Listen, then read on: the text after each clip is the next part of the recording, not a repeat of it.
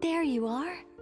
I was worried you might stop to collect treasure chests opened by the Seelie along the way. It would have taken you so much longer to get here. Another conversation I cannot hear. I am delighted to see that you understand what takes priority, and that your adventurer's instinct has not swayed your resolve. Really, I must applaud you for it. You should know. Paimon's head.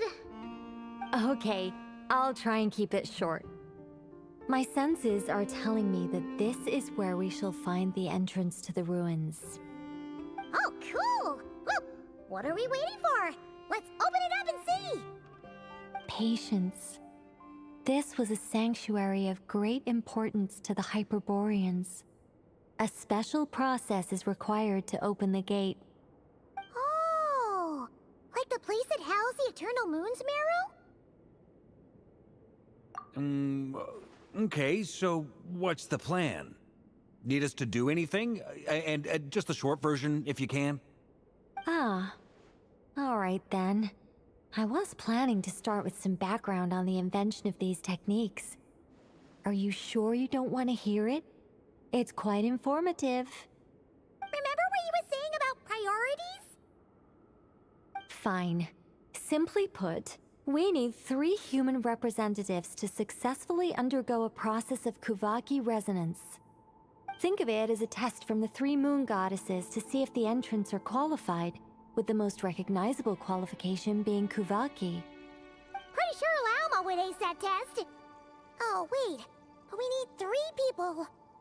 I also have no doubt that the Moon Chanter would be qualified, but we would need 2 other people with the same constitution.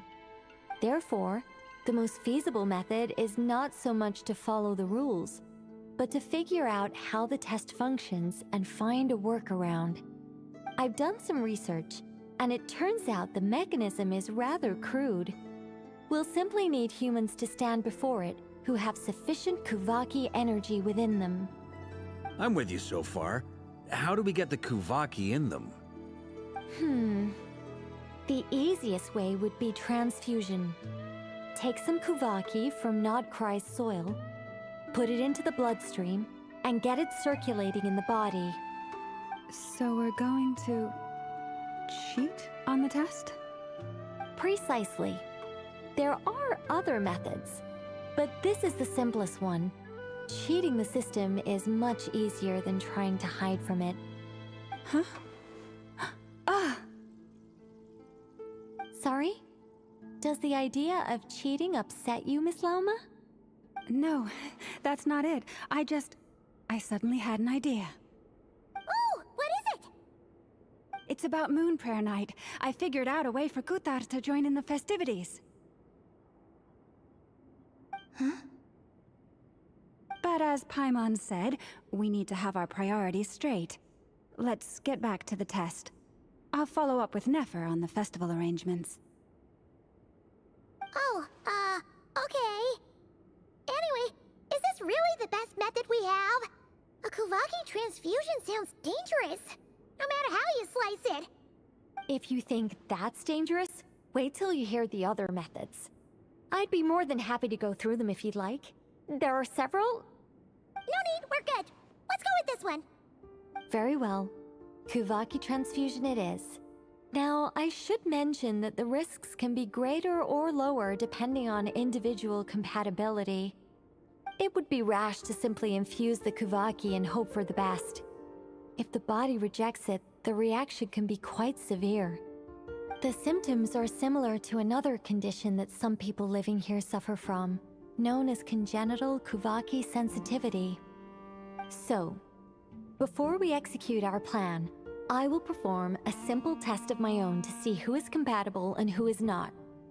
Once that is done, we will have to complete the resonance process as rapidly as possible.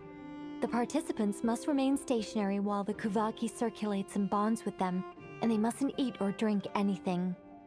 What? No eating or drinking? That's some hardcore fasting. They'll all be monks by the time they're through. 3 days. Oh, that's so long! people who are not just compatible, but also willing to volunteer. Fasting? What are they talking about? Really? Don't you want to think this through? Haha, count me in too. 3 days without food? I can handle that. Miss Nicole has made it clear that this is the easiest way. The way I see it, there's nothing else to discuss. It's time to step up. Yeah, you're right. In that case, Paimon volunteers to be Captain of Logistics. She'll keep the fires lit and grab some spare clothes to keep you comfortable. Then we'll start with you first, Traveler. Please step forward.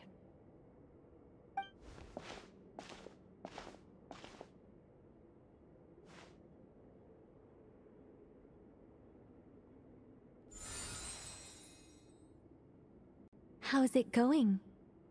Do you feel anything? How about now?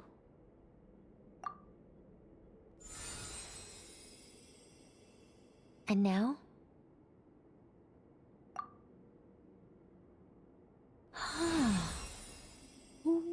What about now?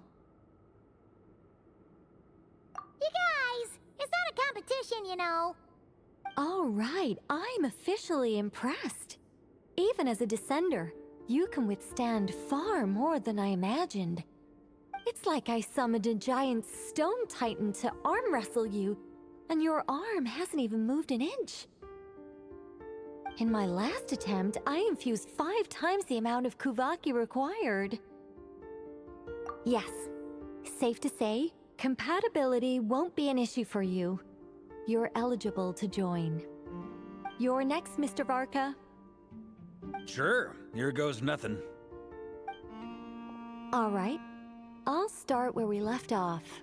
5 times the required Kuvaki dose. Whoa, whoa, whoa, hey, wait a minute. How's it going? No, not great. I kind of want to puke. Feels like I've been drinking too much. A few bottles of wine, then a big stein of Dark Horse, with some hard liquor from Liyue mixed in. You think this is funny? I just lost to a young lady in an arm wrestling contest. I'm never gonna live that down.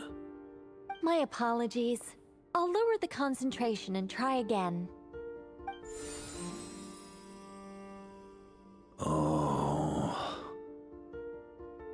How's it going now? I'm not as dizzy as last time, but I can still feel it pulsing around. In that case, you wouldn't be an ideal choice, Mr. Varka. Let's try someone else. Okay, let's go ask some of our other friends then.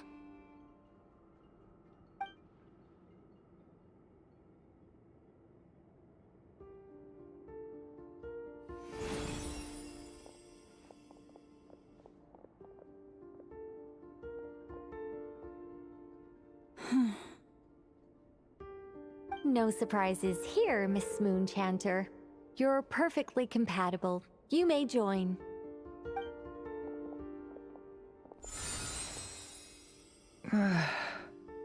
I'm getting a slight headache. Shame. You were so close. Whoa, I'm itching all over. Allergic reaction. We can't have that. Huh? Well, are you gonna start a what? The Hexen Circle is an organization that cares for and protects children. We will not have them do dangerous things. Not even tests.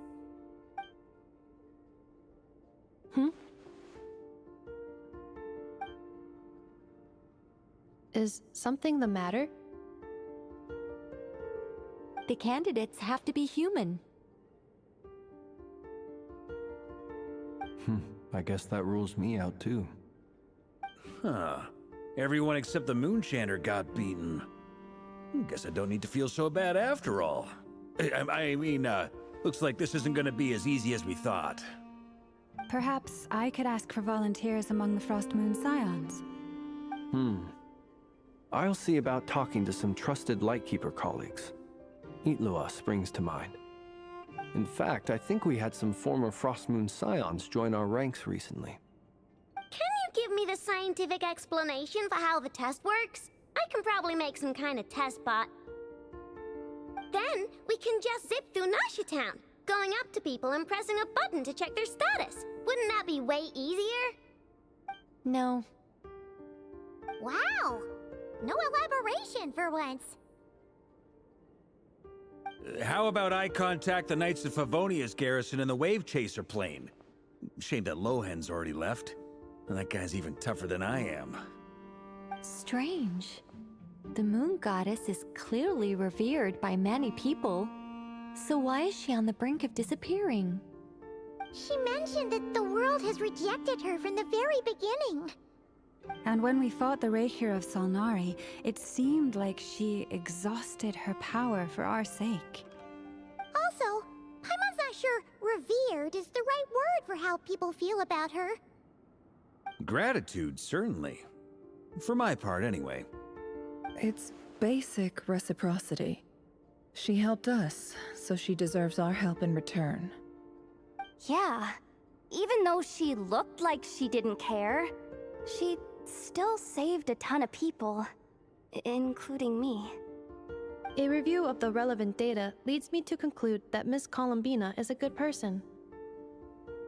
Yep, you bet! They really think so? I'm super surprised that Columbina isn't her actual name, though. I think it really suits her. It's light and graceful and... yeah, just a really pretty name. I know, right? Unfortunately, that's not our decision to make. Columbina.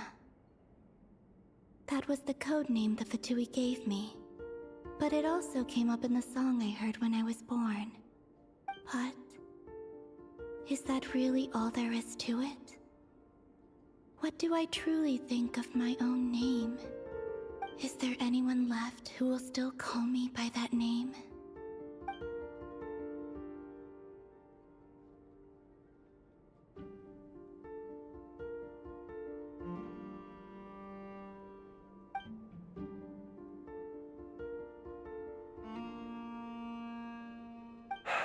Moon Prayer Night is getting closer by the day. We're running out of time. We need to look for other candidates. Then allow me to try. Huh? What are you doing here? You contacted your friends via the Adventurers Guild. Sandrone has been keeping an eye out for something like that, so she informed me. Since I have the ability to accommodate a moon marrow, I should prove to be a suitable candidate. Arlecchino. When can we begin? I see. We can begin right away.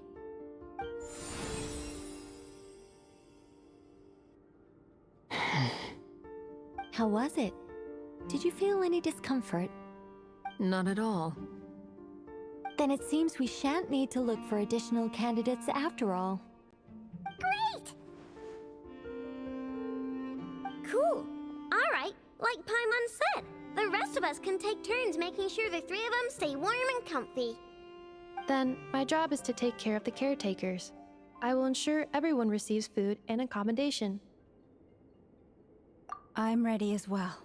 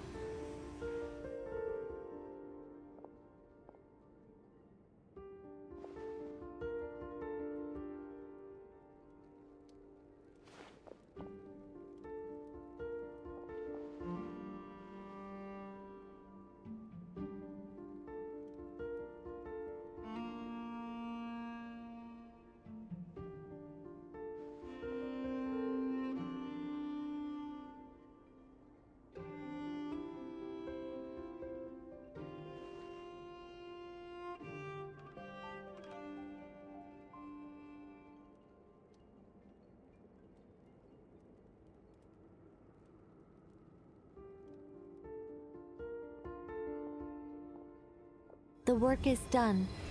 The sacred scroll shut. The stars grow dim, the people silent. The white sun sets, the silver moon rises. O path to the temple, appear now before us.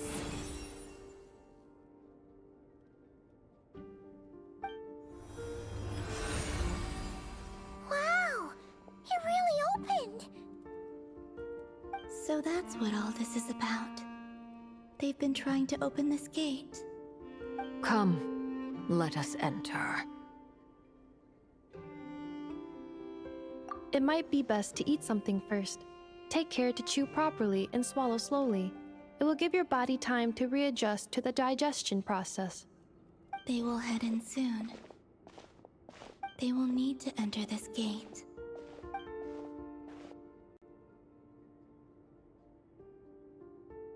Huh? I cannot pass through. Is it because I have no physical body? It has been 3 days. My strength has all but completely faded. Can I really hold on until Moon Prayer Night?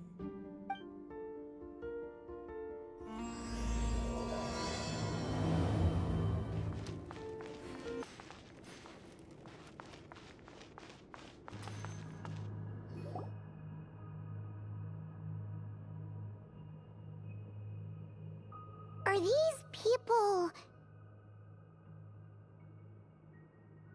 Judging by their clothes, they appear to be phantom Hyperboreans from the distant past. That could mean they have some clues about the moon goddess's name, right?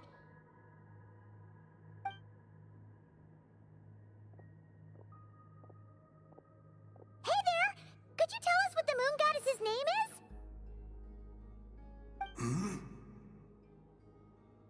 Sorry. That's probably a weird question, huh?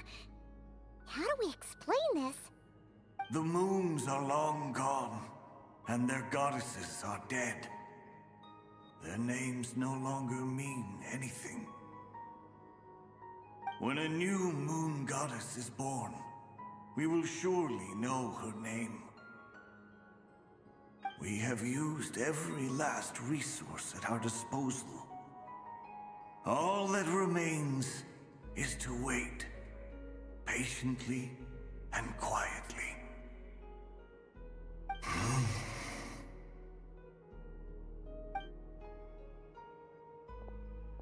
Were the people of the past all this devout?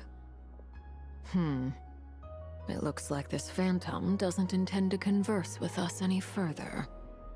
Surely the new moon goddess he speaks of must be Columbina. Alas, Kuthar's birth came long after the age in which he lived. But, maybe if we find a phantom from a more recent age, they might know Columbina's real name. True. Keep an eye out. We should be able to tell which era they're from by the clothes they wear. Yeah, you've been pretty talkative this whole time. What changed? Oh, nothing. I'm fine. You all make good points. When the Hyperboreans speak of moon goddesses, they mean the 3 from truly ancient times. I can't imagine they would know anything about our current moon goddess. There once was a time when the moon goddesses blessed them greatly and protected them from harm. So, when the war between the gods and dragons plunged the world into chaos, it seems they looked once more to the moons for help, praying for a new goddess to be born. Yeah, that checks out. Let's continue on. Who knows what else we may discover? Is this our destination? Impressive. More precisely, this is a device that will help us reach our destination. Let's go. We still have a long distance to cover.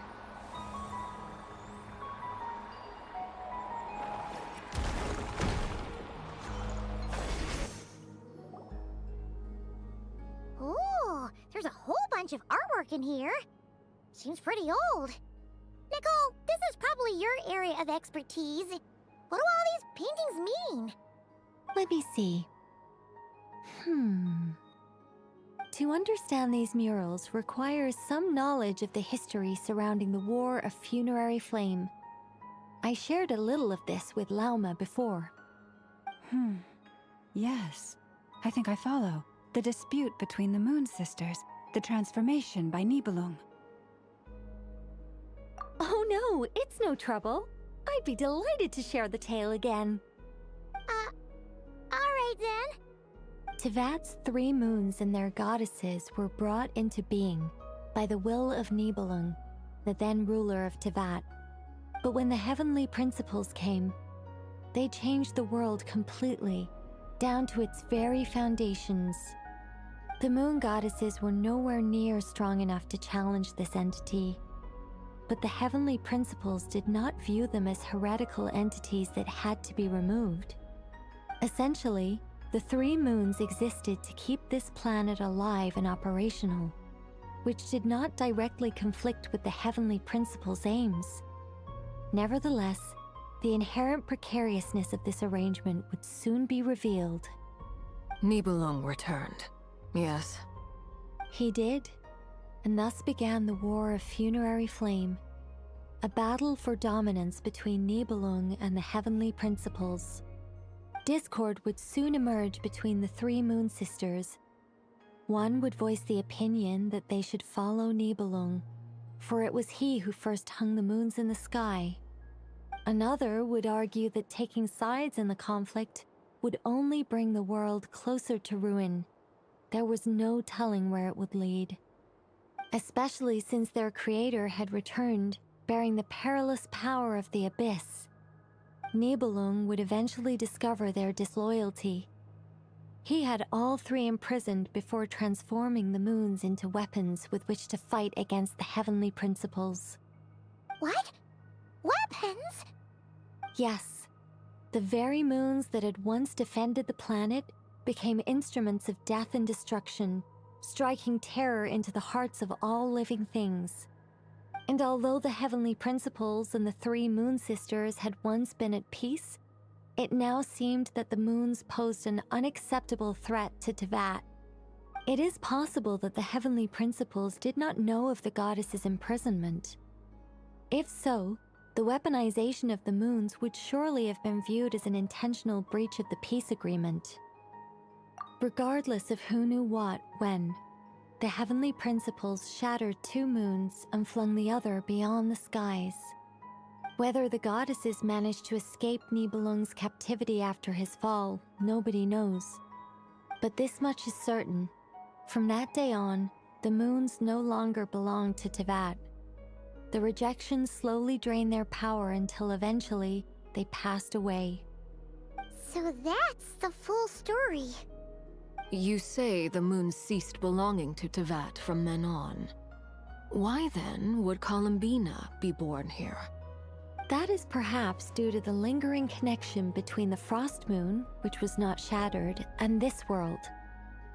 You could see it as the 3 sisters' dying wish. They never desired war. All they ever wished for was to protect this land. I see.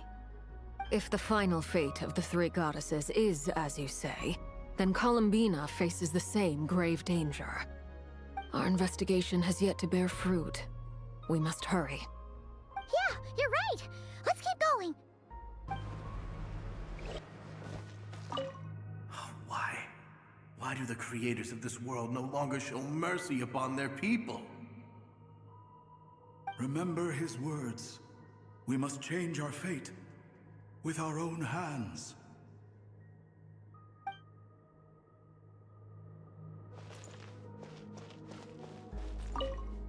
Should we trust him to keep his promise? We have to. There's nothing else we can do. Wait, that's odd. Who is he? Is something wrong? No, not really. It's just that over 30 possibilities emerged in my head, so I can't be sure who he is. It's been too long. My memory isn't as sharp as it once was. Okay. 30. Wow. Impressive.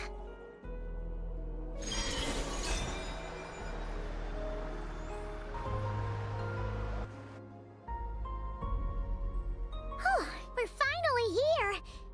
Guessing we'll need to activate this thing? Indeed. I was a little worried about that at first, but as we got closer, I sensed that the Kuvaki within it flows unimpeded. It should be functioning normally. The only issue is how to activate it. It's looking a little worse for wear. What about the cores from some of the other devices we've seen? Can we repair it using those?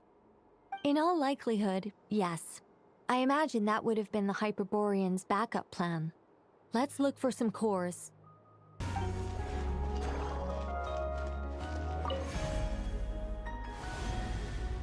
The device is up and running. It's hard to believe that the ancients were capable of constructing such things. Paimon sees our destination! It's right up ahead! Yes, let's go.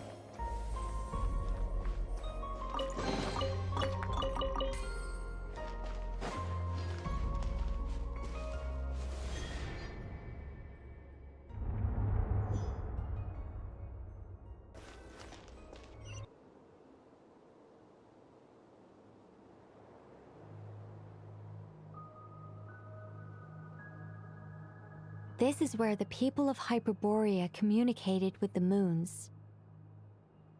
We need only place the moon marrow upon this platform on Moon Prayer Night, and we shall be able to open a portal to the moon and send our moon goddess back home. The assumption being, of course, that we can find her first. That's right. You want to know if it's safe there, don't you? And yet, she has no choice but to return. You know that. That's not the only issue here. This is the end of the line, right? We've explored everything we can. And despite looking at historical artwork and talking to people from Hyperborean times, we're still no closer to learning Columbinas' name. If it's not too much trouble, could you tell me exactly what Alice said to you about finding her name? Oh, sure. What she said was... Then your first job is to find it. As a moon goddess, I'm sure she must have a name she identifies with. Neither Columbina nor Kutar is her true name, and she's never really accepted either of them. Is it not also possible that she has never had a true name? Not at any point in history? That would be a hard pill to swallow. But at this point, we may have to accept that that is the truth. No one knows how she came into being, and she certainly doesn't have parents in any sense that we're aware of. Perhaps she was never granted a name at all. But does that mean there's no way to get Columbina back? She's just gonna disappear and there's nothing we can do about it? Huh? Wait, why all this pessimism? Was it the way I phrased this question? You all seem to be taking this in completely the wrong way. Well, just because she's never had a real name in the past doesn't mean she can't have one now. What? Think about what Alice said again. She never once said that you'd have to find a new name, did she? Are you saying what I think you're saying? Yes. Names are anchors that connect us to the world. If she doesn't have one already, then all we have to do is create one, no? It's like... yes. Traveler, when you first arrived in Teyvat, do you think you would have turned around if someone behind you shouted, "Hey, Tumaini"? But what about now? I understand what you mean. Life is a long journey. Even the friends and family by our side can change over time. When people call you by different names, What matters isn't so much the words themselves, but what they symbolize. And of course, whether that resonates with you. Ether.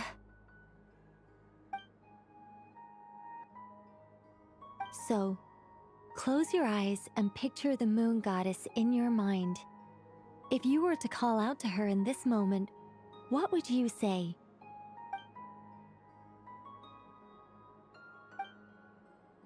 Columbina.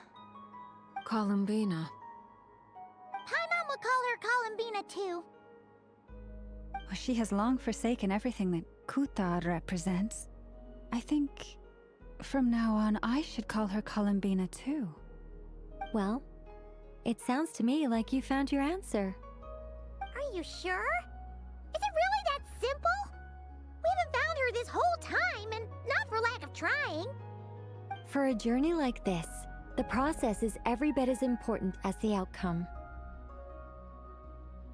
Had you not searched far and wide, rejecting every other answer you were offered, how could you have come to an answer you felt was finally correct? Oh, it all makes sense now. This has Alice's fingerprints all over it. Are you suggesting that Mage knew from the start that Columbina never had a real name to begin with? I can't say for sure, but I can definitely imagine her chuckling in satisfaction somewhere right now, saying, "Ah, what fun." Lalma, your antlers! You should hurry. The festive moon has begun to rise. Do not worry, for when you called the name Columbina just now, I could sense that the power within was enough to summon back the moon goddess. The power within what? The name? Yes. So, the thing is... What's wrong now? This is so annoying. I really want to explain how that whole thing works. Starting from the founding principles of Tevat and... Oh, I could talk about this for hours. But... Deep breaths, Nicole. Deep breaths. You're an angel. A sober, sensible, solemn angel who has her priorities straight. Okay then. Sorry for asking. Clearly a bad call on Paimon's part. Anyway, you all need to hurry. Last thing, remember how it felt when you called out that name. Then it is agreed. By the name Columbina, we shall find her. Then we'll throw her the best Moon Prayer Night party ever! And at last, we will send her home.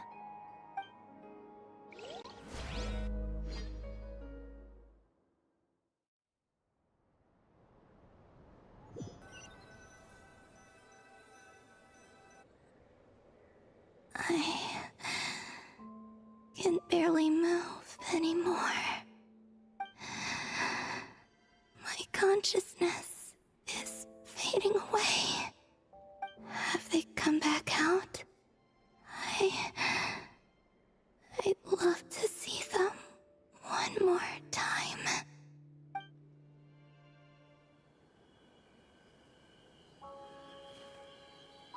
They didn't make it.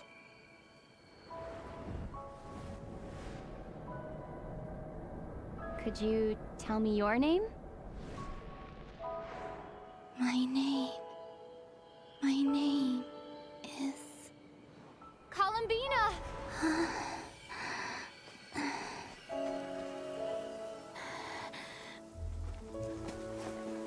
Columbina! Are you here? Columbina! That's the name you gave when we first met. And it's what I've called you ever since. Columbina. It's a fine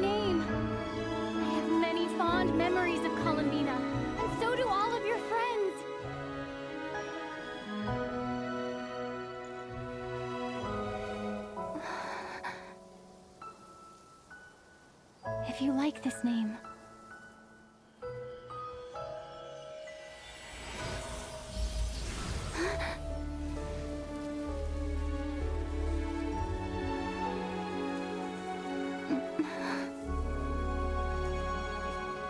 Looking for me?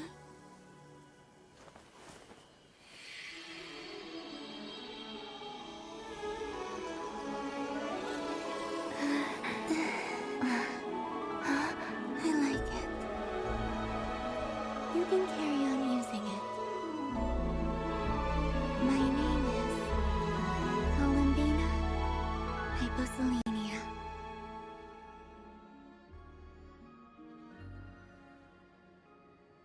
Columbina Hyposelenia.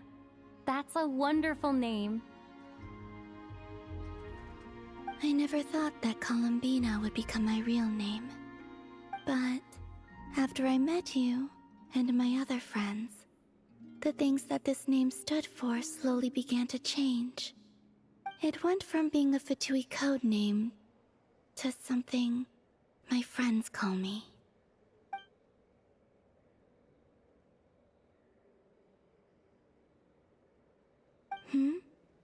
What is it? Why aren't you saying anything? I'm just so happy for you. Thank you. So, where's everyone else? We can go and meet them very soon. Everyone went to different places to try calling your name. Great. I'd like to thank them as well. Everyone's done so much for me. Searching for my name, entering those ancient ruins. Huh? Wait, so you were... Yes, I was there.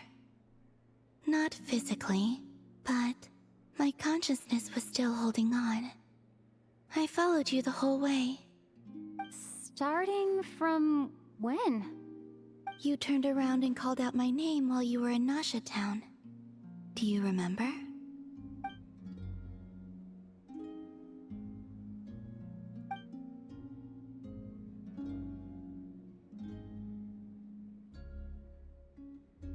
Let's go. We don't want to keep them waiting. Sure. In that case, come with me. But... Hmm? Before that, could you call my name one more time? Sure. Come with me, Columbina Hyposelenia.